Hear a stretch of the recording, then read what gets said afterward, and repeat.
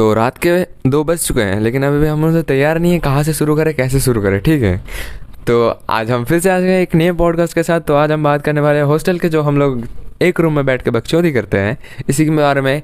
एक बंदा है जो हमारे साथ है, जिसका नाम पता कुछ नहीं बता सकते, लेकिन हाँ, वो अब सुनाने वाला है उसका 12th का लव स्टोरी।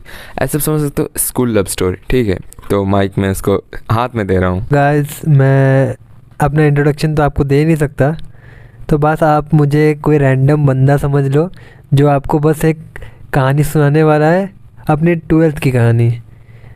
एक्चुअली वो 11th से स्टार्ट हुआ था और वो 12th तक कंटिन्यू हुआ, फिर टूट गया। तो किसी किसी को ये स्टोरी बोरिंग लग सकती है, किसी किसी को बहुत अच्छी भी लग सकती है, कोई रिलेट भी कर सकता है। तो वो आप पे डिपेंड करता है आप कैसे स्टोरी को लेते हो, रिलेट कर पाते हो। सो लेट्स टेक, उस लड़की का नाम है साक्षी। ओके, सो हम लेते हैं उसका नाम, क्योंकि मैं उसका नाम ले नहीं सकता। जस्ट ये पॉडकास्ट है, तो आप बस कहानी सुनिए। ना उसका नाम ले सकता हूँ, ना मैं आपको अपना नाम बता सकता हूँ। तो लेट अस कंसिडर, उस लड़की का नाम है साक्षी और मेरा नाम है प्रकाश।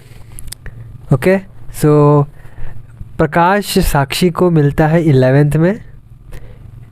तब प्रकाश सीनियर है और साक्षी जूनियर। तो प्रकाश साक्षी से मिलता है स्कूल के टाइम पे 11th में। तब वो उसका सीनियर था, तो वो उसको पसंद कर लेता है फेसबुक के थ्रू। फेसबुक से वो अपनी बातें सब उससे करता है, वो उसको पसंद करने लगता है। फिर क्या होता है, धीरे धीरे धीरे वो लोग बातें करते हैं। और ऐसा क्या मतलब, प्रकाश टॉपर स्टूडेंट है, अच्छा पढ़ता है, वैसा बुरा नहीं है। बस 11th में वो इस चक्कर में फ़ेल हो जाता है एक सब्जेक्ट से, जिसकी वजह से उसका ड्रॉप हो जाता है और वो साक्षी के क्लास में आ जाता है।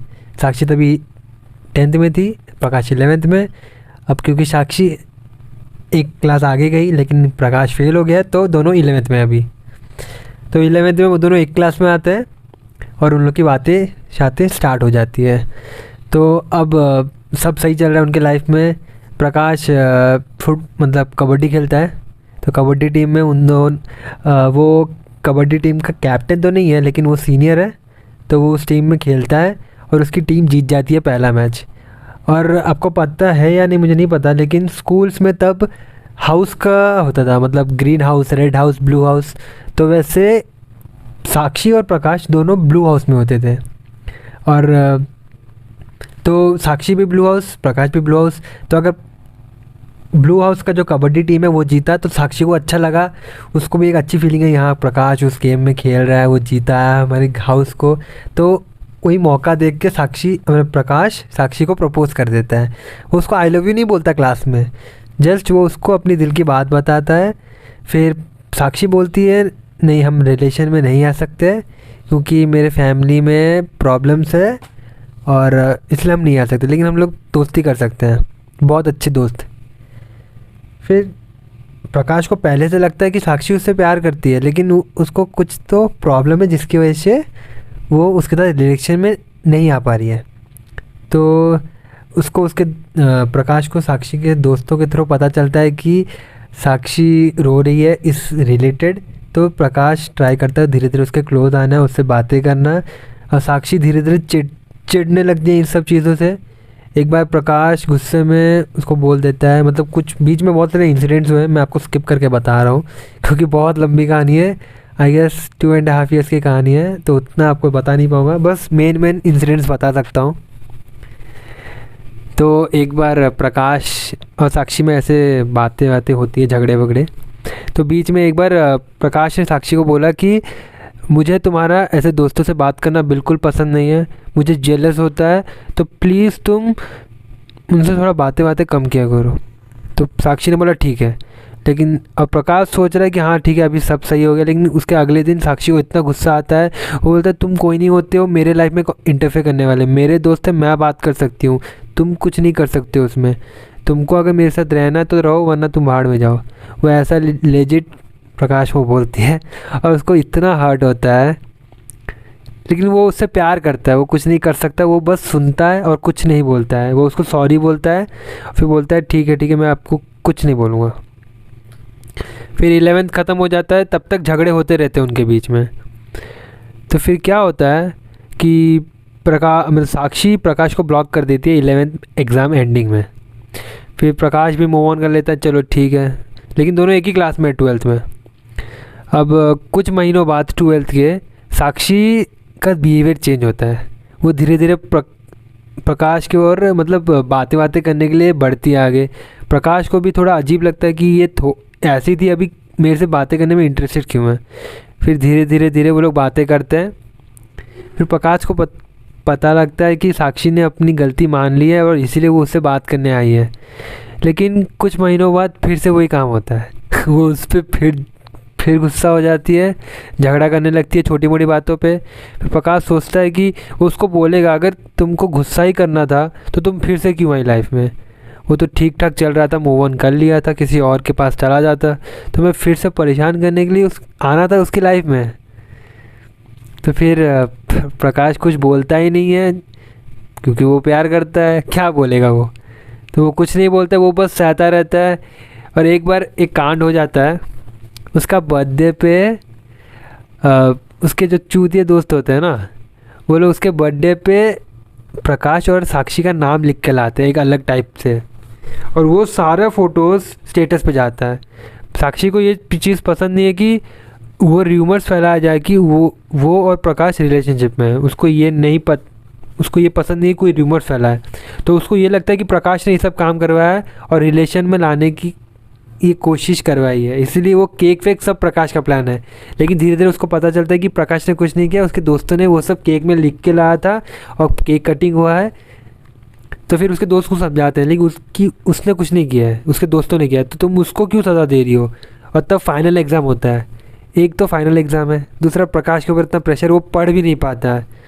तो साक्षी क्या करती है, उसको बोलती है ठीक है मैंने मान लिया तुम्हारी गलती नहीं है, लेकिन मैं तुमको ब्लॉक ही करके रखूँगी।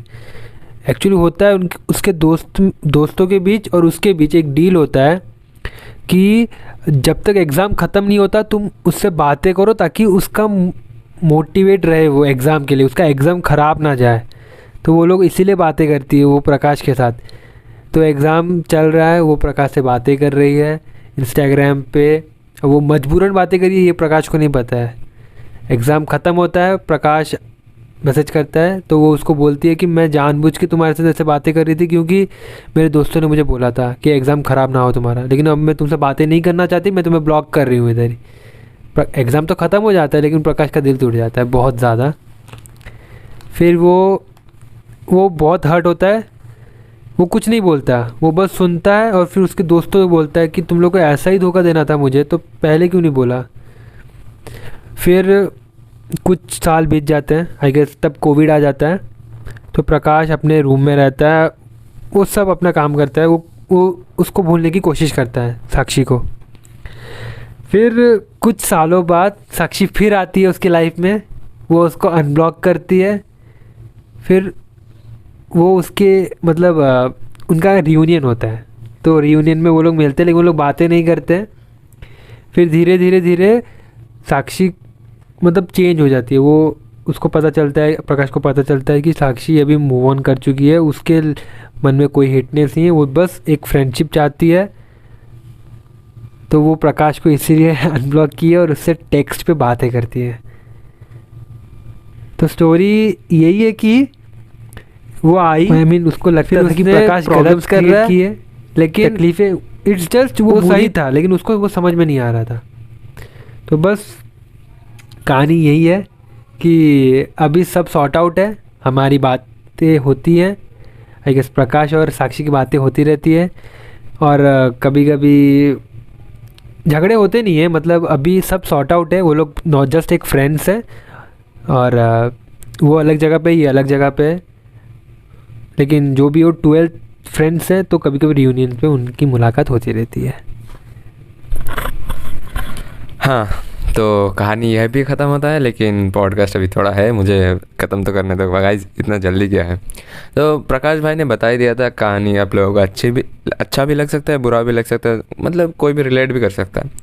तो ऐसे होता है 11-12 में सबका ही, ऐसे भी कोई ना कोई ऐसे देखो तो सबका ही कुछ ना कुछ कहानी निकल के आता है।